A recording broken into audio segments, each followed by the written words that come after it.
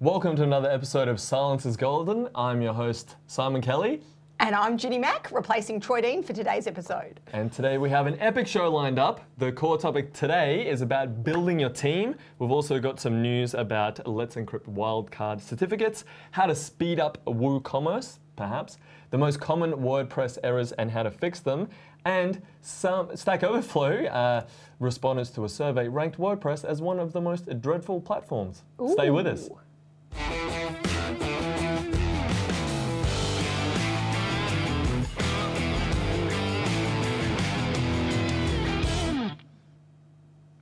Welcome to the show, Jen. Great to have you on. Thanks for having me again. It's going to be a ripper. Last time we were sitting in these chairs, we're doing the epic live stream. Oh my gosh. That was good fun, wasn't it? 3.5 hours, or how long did it go for in the end? Yeah, I think Troy was on for about 5, Woo. and you and I were a little bit shorter than that. Yeah, and Ray was behind the scenes the whole day. Yeah. Hardly got a break. It was fun though, wasn't it? Yeah, it was good fun. Yeah.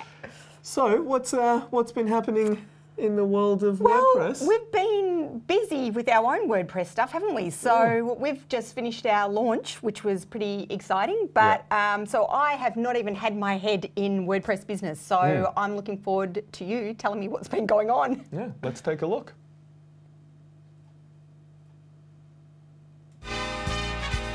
Stuff that happened.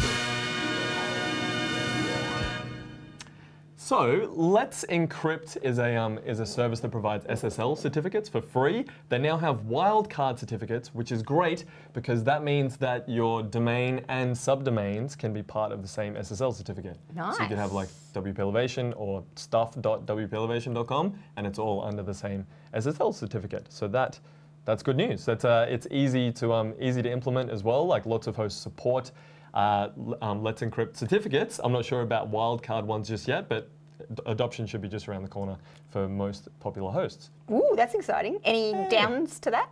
Any negatives? Or all thumbs up? Well, in terms of the amount of protection that you get from that from like an insurance point of view for like big e-commerce sites and data protection, I'm not exactly sure how Let's Encrypt actually fits in. So if you are just looking for SSL for from a Google SEO point of view, then Let's Encrypt is great. But if it's like bank level security and you really need to pay more attention to that kind of stuff and the GDPR, then I think you need to get to another level of SSL. I'm not totally across that clearly. Yeah, so. But for most of us, it's good news. It's absolutely good enough, yeah, for sure. Yeah. For most sites and for client websites, yeah, it's pretty good. Cool. Yeah.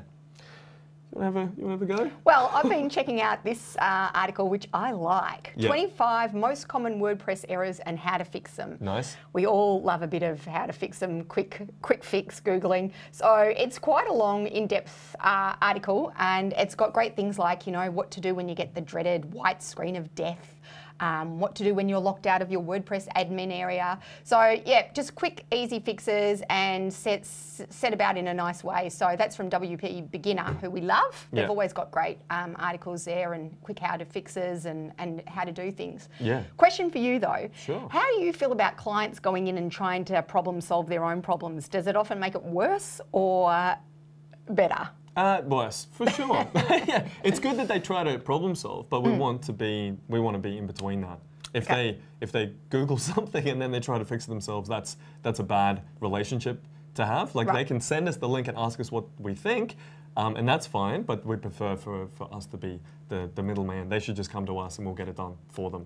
And do you sort of set that straight out, or do you just we don't, like if they're going to Google something and they're going to try to find something, that's totally fine. But we want to save them time so they don't have to do that. We want them to know that they can rely on us to do the Googling for them. Gotcha. Or to know the answer. And do Google. you usually restrict their access of what they can do in the site, don't you? Yeah. So what level do you give them? Editor access. Okay. Yeah. With some clients, we give them admin access, and there's no issue at all. It just depends on the level of training and the level of responsibility we're happy to give them, pretty much. Yeah. Yeah. And what they need. Okay.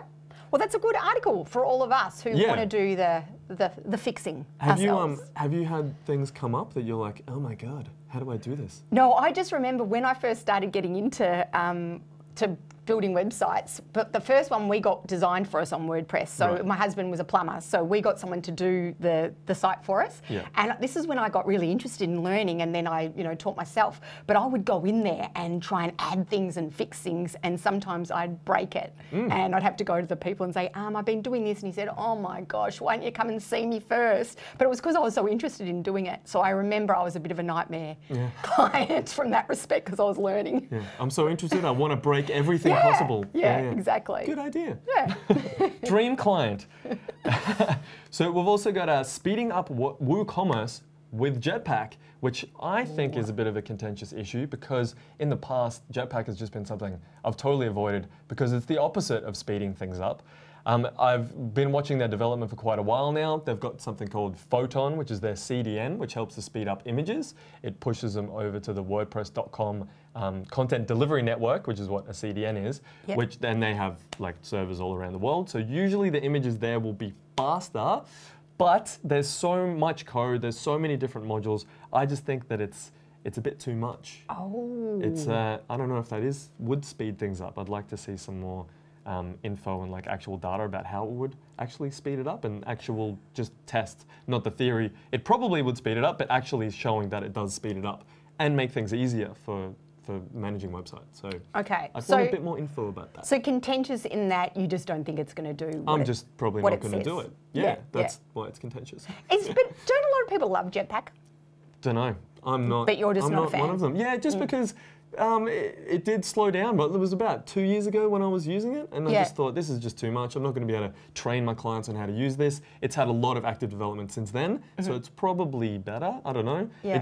It seems like WordPress are trying to make it their central management system, so they're just trying to get a high adoption rate. Everyone needs to use WordPress.com logins to access things like WooCommerce, so if they make it the central thing, then everyone needs to log in there, and they want to make it as useful as possible, but I don't know. I'm not convinced. I'd actually want to hear from our viewers and hear what you guys think of it, and what you think the changes are going to be. Would you use Jetpack on your WooCommerce site? Yes. If so, why? If not, why not?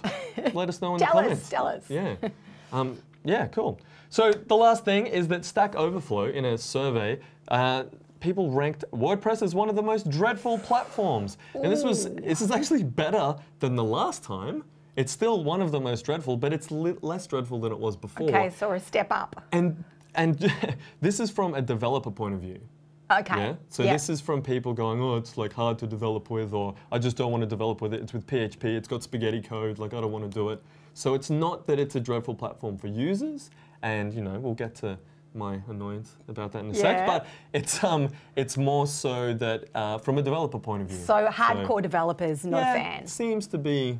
That's what it's all about. Yeah. Yeah. It was just interesting that came out anyway. Yeah. In the news. So what was the worst dreadful platform? Did they tell you which one was the worst? Yeah, I didn't actually look. I think Drupal was the top. Oh, surely not. Yeah. Shout out to my buddy Josh Howell, who was a Drupal developer. Probably still is a Drupal developer, but I've been talking to him. He's been sitting on the fence. He's been kind of migrated. He's a new student, actually. Oh, yes. Well, a new... Okay. Yeah, a new WPE? elevator. Yeah. Yeah. Yeah. Okay, well, that's interesting. Well, at least we're not on the bottom. Yeah, exactly. Yeah. So we've got some questions from the community this week. So let's go and take a look and see what we've got. Okay. Let's get unstuck. So this week's core topic is about building a team, and I posted up to our community about that. And there were a huge amount of questions. Did you see some of these come through? Yeah, they're pretty much flooded in. It's too much for us to get to. So luckily, we have someone who we're going to introduce very, very shortly to help us through some of these. But I will just read out a couple of points before we get into that. So Josh Howell, who I mentioned before, talked about, he says, I'm admitting my confusion and asking more questions than others seem to require. He says, how do I identify what tasks to delegate to my first team member? Do these need to be bundled in a specific job role? What qualities should I look for in team members? For example, experience or enthusiasm. Do we get them on a trial? How do we measure performance? Should we consider business partners as team members? The list goes on. He has about 10 questions here. But these kind of things, we're going to dive into those and much more as we bring on our special guest, which is our core topic for today. And today's golden nugget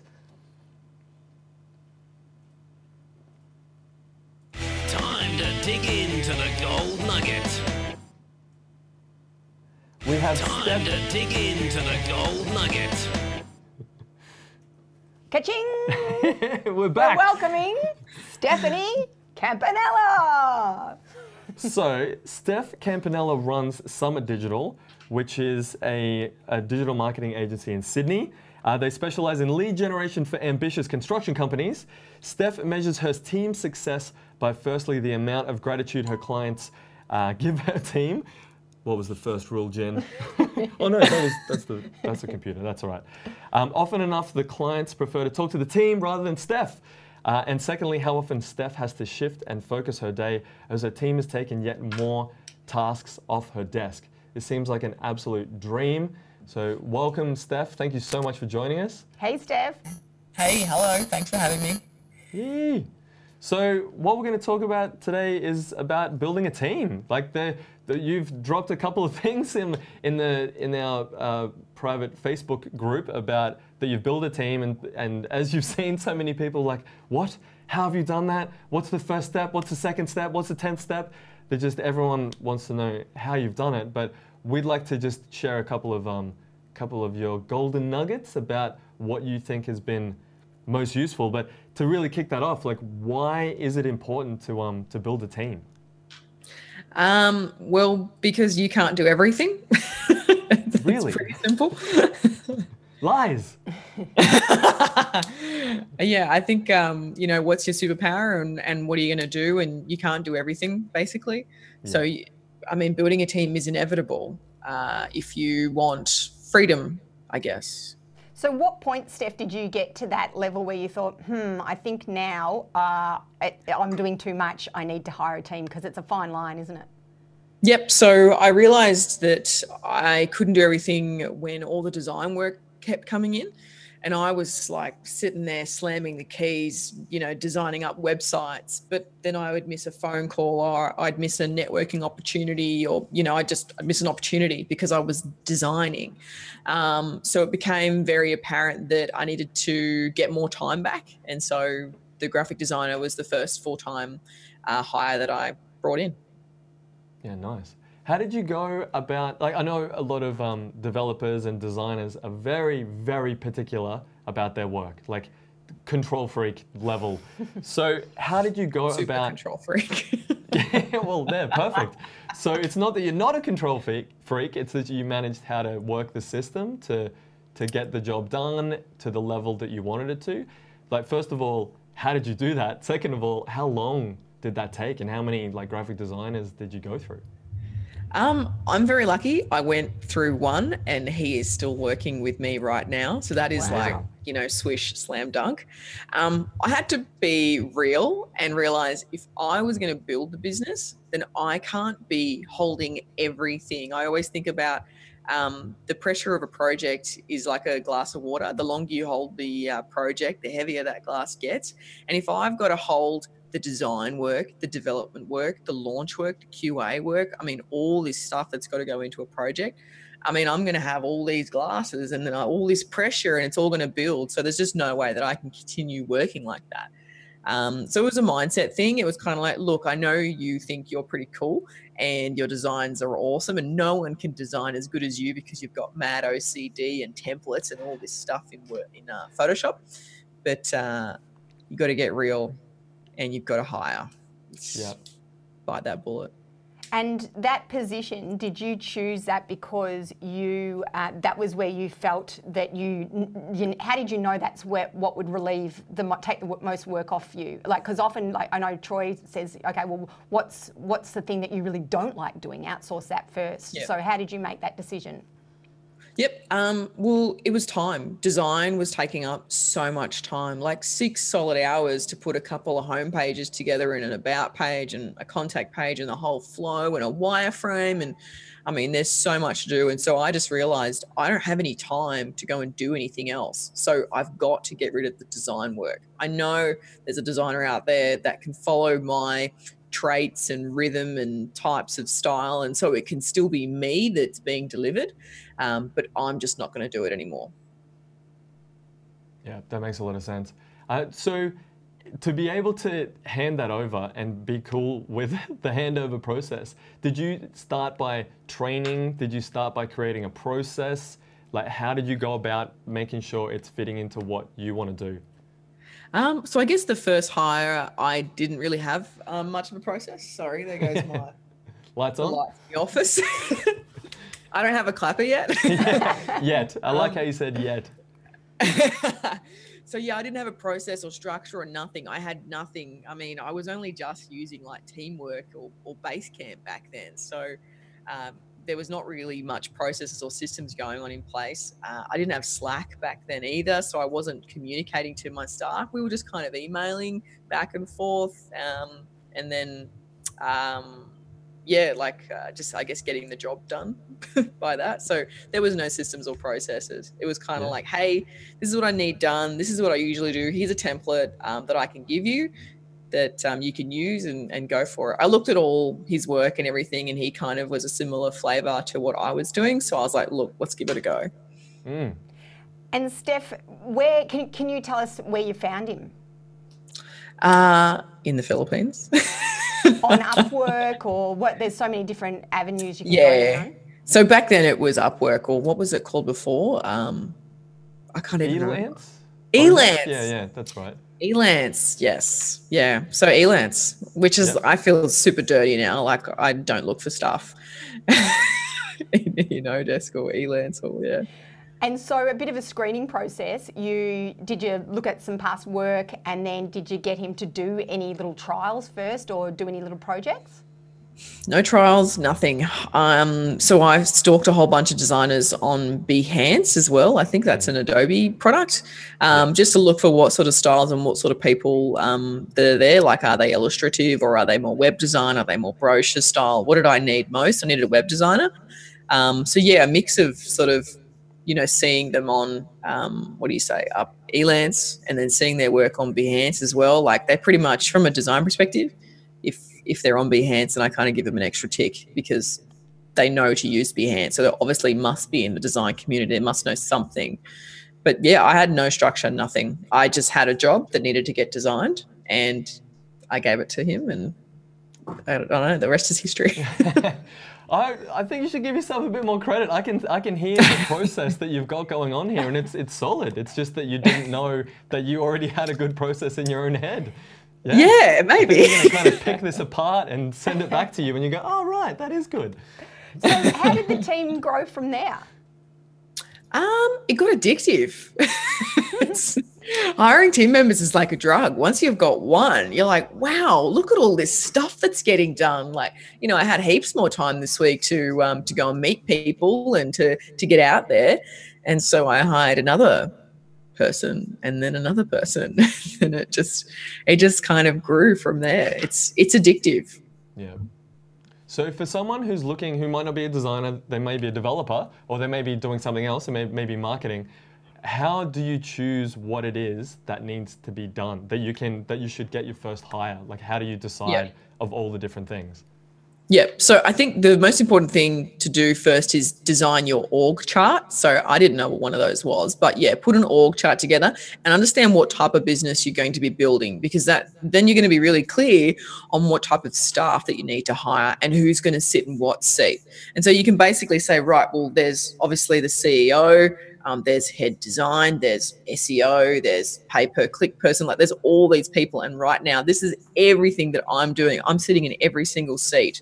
So what seat can you sort of, I guess, give up or choose to hire first? What is the most important seat that you are sucking at right now that you just need someone to go full-time all the way in and just fill that whole spot?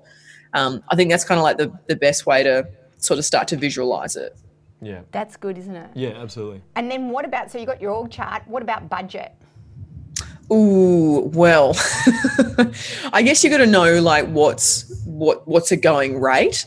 Like, I guess starting out, like knowing that a designer is going to cost maybe $200 or $300 a month compared to $1,000 a month designer, there's going to be a big difference in what they're going to supply you. So I think you've got to kind of do your shopping around and talking to people and seeing how well they communicate too. to see, okay, get a breadth of, right, this is what it's going to cost me. Yeah, I kind of just went all in. I was like, rightio, this is going to cost X. I'm just going to have to do it because this is just a part of running business. I need to grow.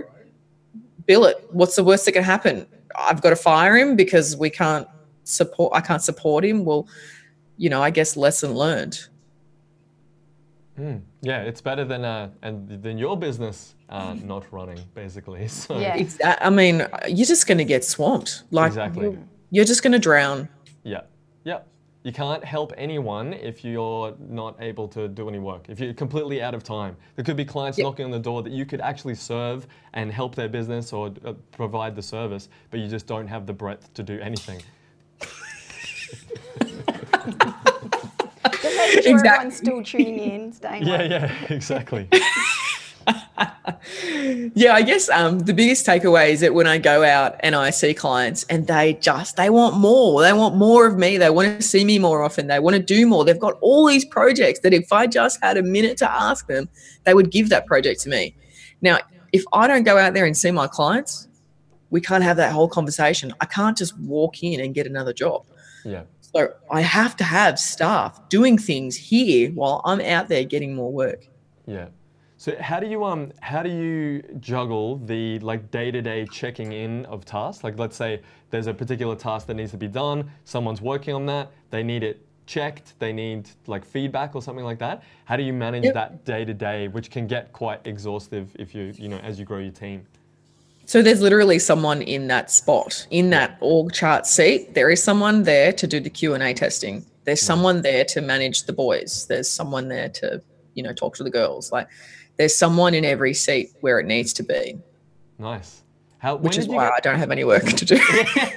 Just why you're here on the call with us. So I'm thankful that you grew a team. Otherwise, we wouldn't be able to learn about this.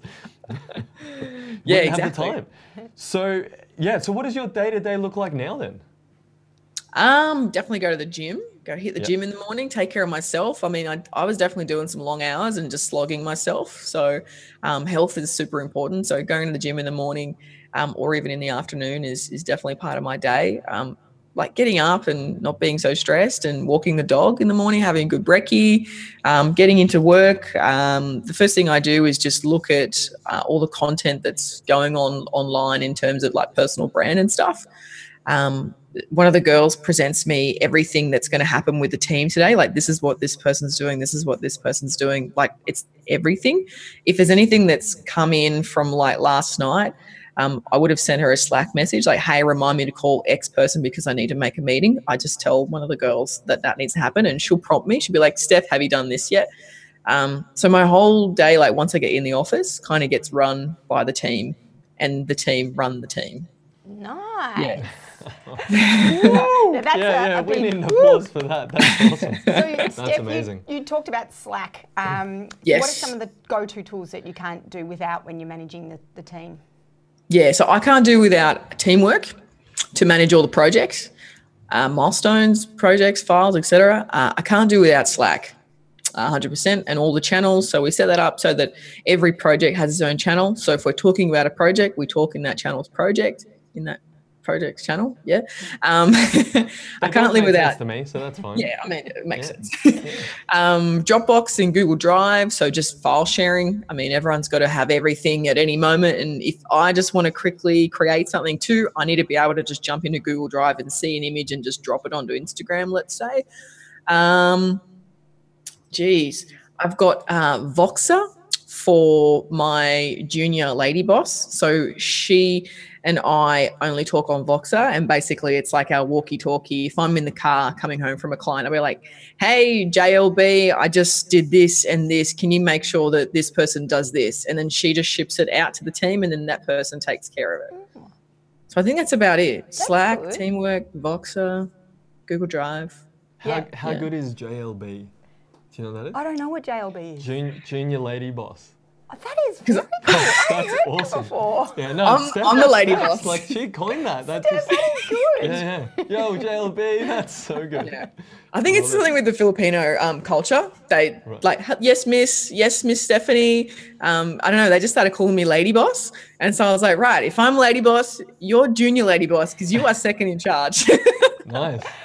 Just on that, because with the different cultures and the Philippines as well, how do you go with, I suppose, showing, giving your team rewards or, chatting with them, showing them they're doing good jobs? It is hard remotely. So what sort of things do you do? I think gratitude, like the same way that if someone was sitting next to you, you might, give them a handshake or buy them a coffee or just smile at them. I think it's really important in Slack to be like, oh my God, this is awesome. Like we had a brochure get finished yesterday and, pressure's on. The deadline is Wednesday. We've really got to get a brief back to the client so that he can see it, so we can provide feedback. It's like massive. And, my designer killed it. And I was like, dude, this is awesome. Like, thank you so much. Like, this is amazing. Okay, girls, get it to the client. We've got to ship it so that he can get the feedback and we can get back on it tomorrow morning. So I really always emphasize, big thank yous and talking caps. And just, awesome team. Like, yesterday I was like, dude, Monday was epic. Like, go team. Like, I don't know. I communicate my gratitude basically. Yeah.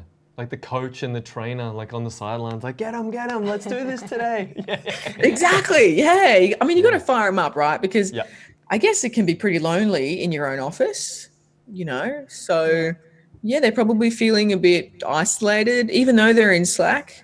So you still want to make sure you have a team huddle. Like every morning, everyone says good morning in the morning channel.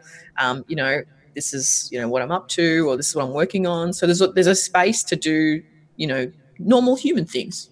Yeah. Nice. And what advice would you give to someone who is at that point where they're thinking of making their first hire, but they're nervous about it? What advice would you say? Okay. Geez, I mean, just do it, right?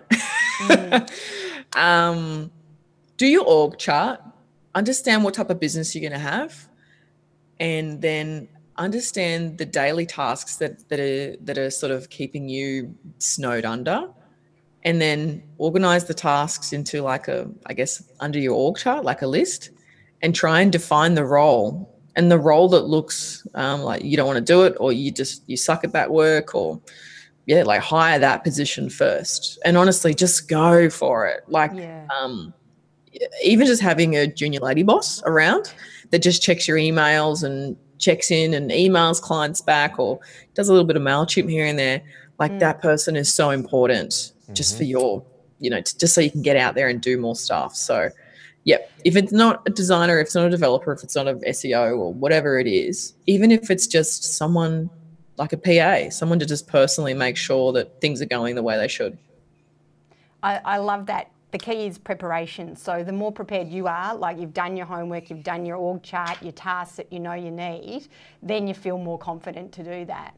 And then I think even if you're nervous reaching out, one of the things that we do, like when we put on staff in the Philippines as well, is we just get them to do a job. So we were talking admin stuff. So what we'd do for an admin task is we'd have a process and someone would maybe film the process. So we'd screen share, talk about what the process is, and we'd say, this is how we write up our processes, say in Asana, for example, or however you want to do it, Process Street. Just write up, or even get them to do it in a Google Doc and see how they go with the point form.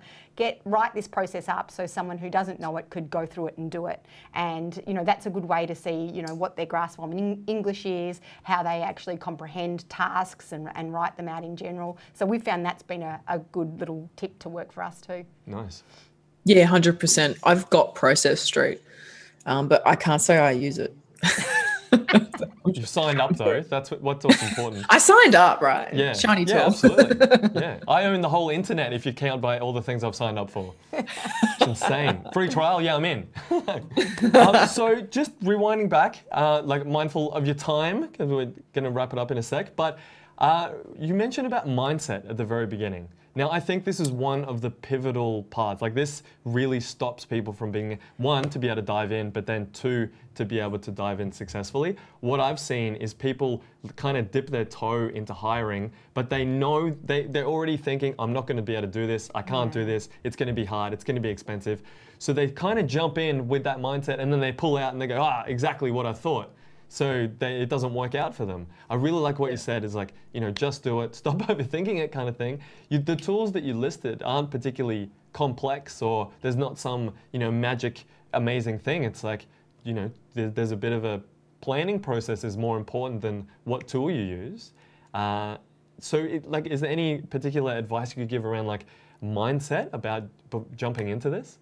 Yeah, I think it comes back to preparation. So I've given a couple of friends a VA, and like they looked really good. I would have hired them myself. There we go. We deployed them. They're yours, and things didn't really work out. And it came back to structuring and understanding exactly what that person was going to do and where they were going to do it and where they were going to hang out and exactly what, like the whole design of what their job was.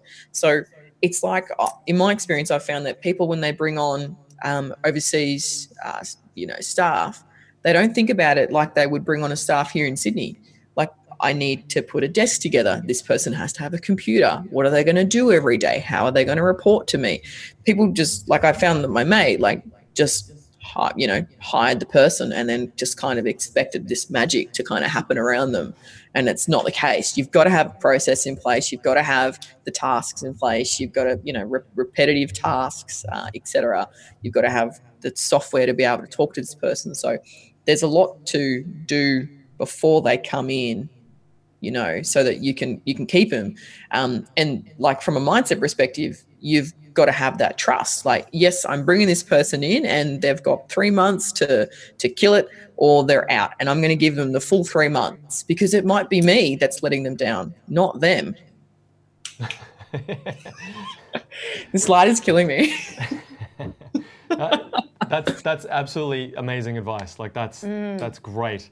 I'm sure we could pick your brain all day about this, but you've got to probably go to the gym or just hang out or just clap and turn lights on and off in the office. So where can we go to learn more and stalk you around the internet?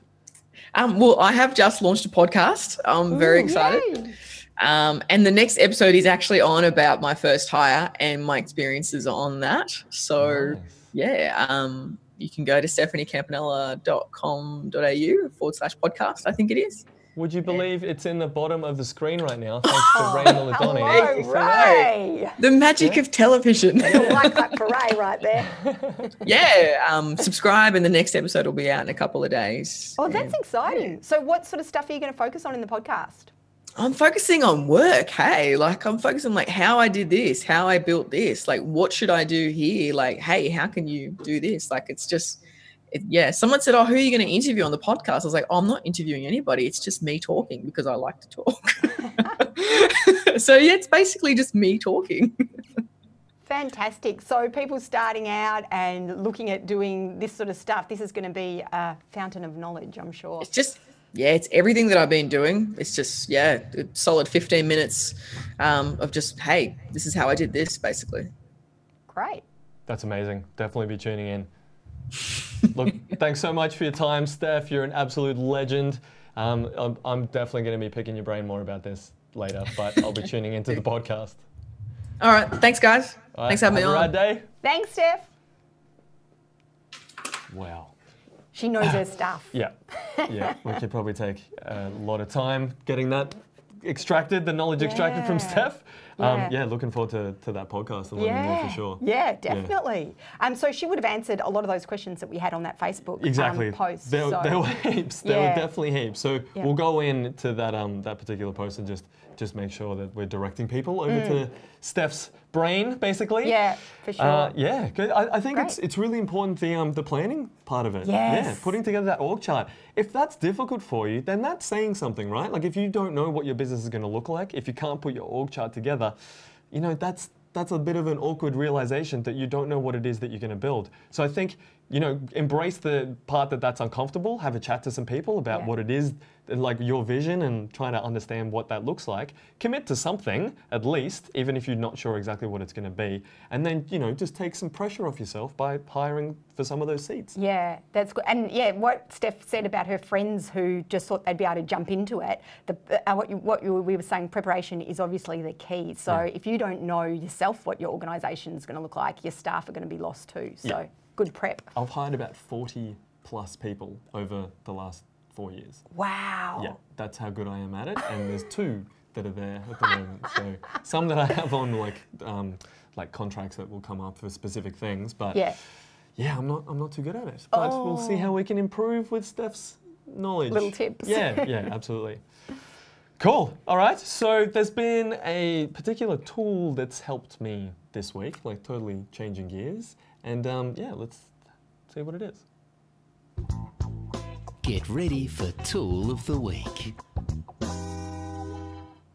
Now this does have a little bit to do with building a team, but not that much. This is a great tool to help a particular process move even faster, and it's called AllinOne Migration. And I'm just going to open up the plugin page. I've already got that there. If we can do screen share, then great. If not, no worries. So what All-in-One Migration lets you do is it lets you move WordPress from one install to another.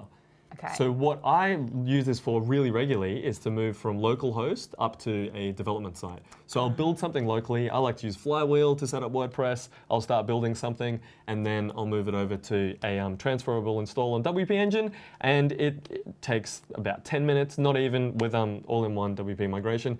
Now, there are faster and probably more efficient ways to do this if you're a developer and you need to do this on like a recurring kind of basis. But this tool is really easy. It's just, you know, point and click kind of thing, download, upload, super easy. Ooh, so I like definitely, that. And what about the cost? Zero. Oh, thank you to even better. Yeah, thank you to who developed this. ServeMask. So good on them for making this. Yeah. So have you used that one before? No, I haven't. But have you moved a WordPress site before? No, I haven't. Well, that's that's fine. Yeah. So You've built this them, but is you've never needed to move them. because sometimes it's that whole, oh, this is a bit scary. But then when you've got these sort of plugins, That's right. Yeah. No problem. Most web hosts have a way to just like install WordPress, like with the one-click install Yeah, or whatever. yeah. So you can usually install on the web host. But if you're using a local host and you're wanting to play around and break things all the time, or you're on an airplane and you don't have the internet, then it's great to be able to build when you're doing other things. Yeah. And then you can migrate it using this tool. Super easy. nice. Yeah. There you go. Okay. So have you been using this for long? I change tools that I use all the time, but this one is For now, it's staying. is liking it. It's staying, Yeah, yeah. yeah. So I've shared this with the team, and it's helped with their process a bit. Good. Just to get us consistent, because if everyone's using different things, we can't all communicate on the same page. So it does help to just go, you know what? There may be better tools, there may be other things we can use. Let's just commit to this so we can all speak the same language. Definitely. Yeah, and just get consistent with it. So that's been awesome. Very cool. Now, Simon, is there anything that's really pissing you off at the moment?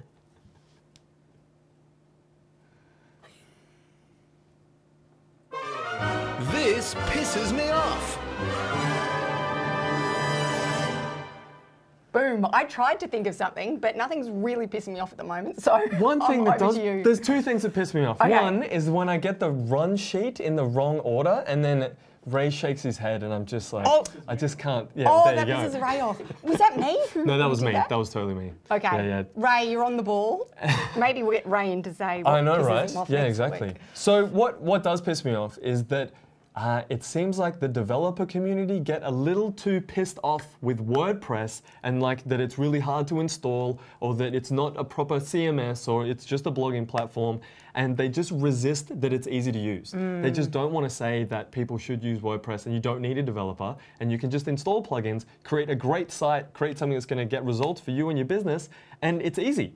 Like they just can't, there's just a resistance but to saying that. why is it? There's got to be something behind it. Is it because they've got all this really good knowledge that they've worked so hard to get, and then that's undermining all this great skill and knowledge? Is that why? It could be. They've got their process, they've got the way they like to do things. WordPress has like spaghetti code built into it, and it, you know, all this backwards compatibility stuff. So for someone who's like a true coder, maybe it's not quite enough, but it just really pisses me off that they just can't admit that it is easy to get results and you don't need a developer. So that's what pisses me off. Fair enough. There you go. Was there something else? That's all. Oh, all right. Yeah, I get that, but I can feel their pain and where they're coming from. Yeah, me too. Yeah, I can as well. A little because yeah, I learned how to develop for a long time. Yeah. Oh, there you go. Yeah. Yeah, pretty mediocre at a lot of things. Yeah. So if you like this episode, please share it, please comment, let us know what you'd like to learn. Like, there's so much that I'd like to learn more of from Steph when it comes to building a team. We'd love to be able to put that into like different sections perhaps, like getting your first hire, or if you've already got a team, like how do you maximize working with that team? Let us know what you'd like to learn, and we'd absolutely love to be able to build this show to help you grow your WordPress business. And we're doing a lot of how-to videos now too, which is different to the Science is Golden, but that'd be great to put in those how-to videos too. Yeah, so going deep on like one particular topic basically with a how-to, about a 10-minute video. So make sure you subscribe on YouTube, like, share, comment. You press the little bell icon on YouTube to get notified when we create new how-tos and when new episodes are published. wpelevation.com/YouTube. Ah, there you go.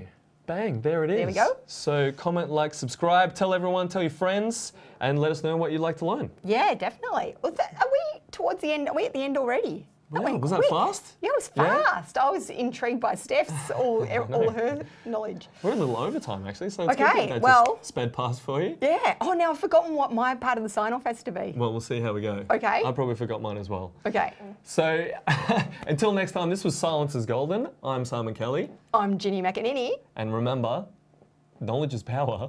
But silence is golden.